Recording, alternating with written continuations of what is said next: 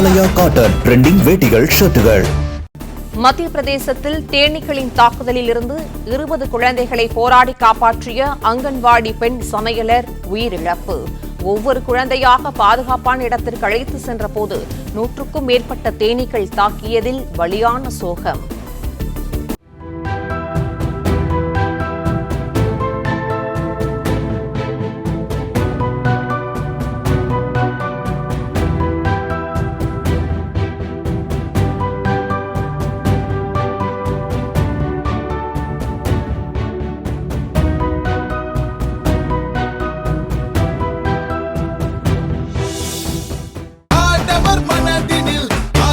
ஆலயா cotton trending வேட்டிகள் ஷர்ட்டுகள்.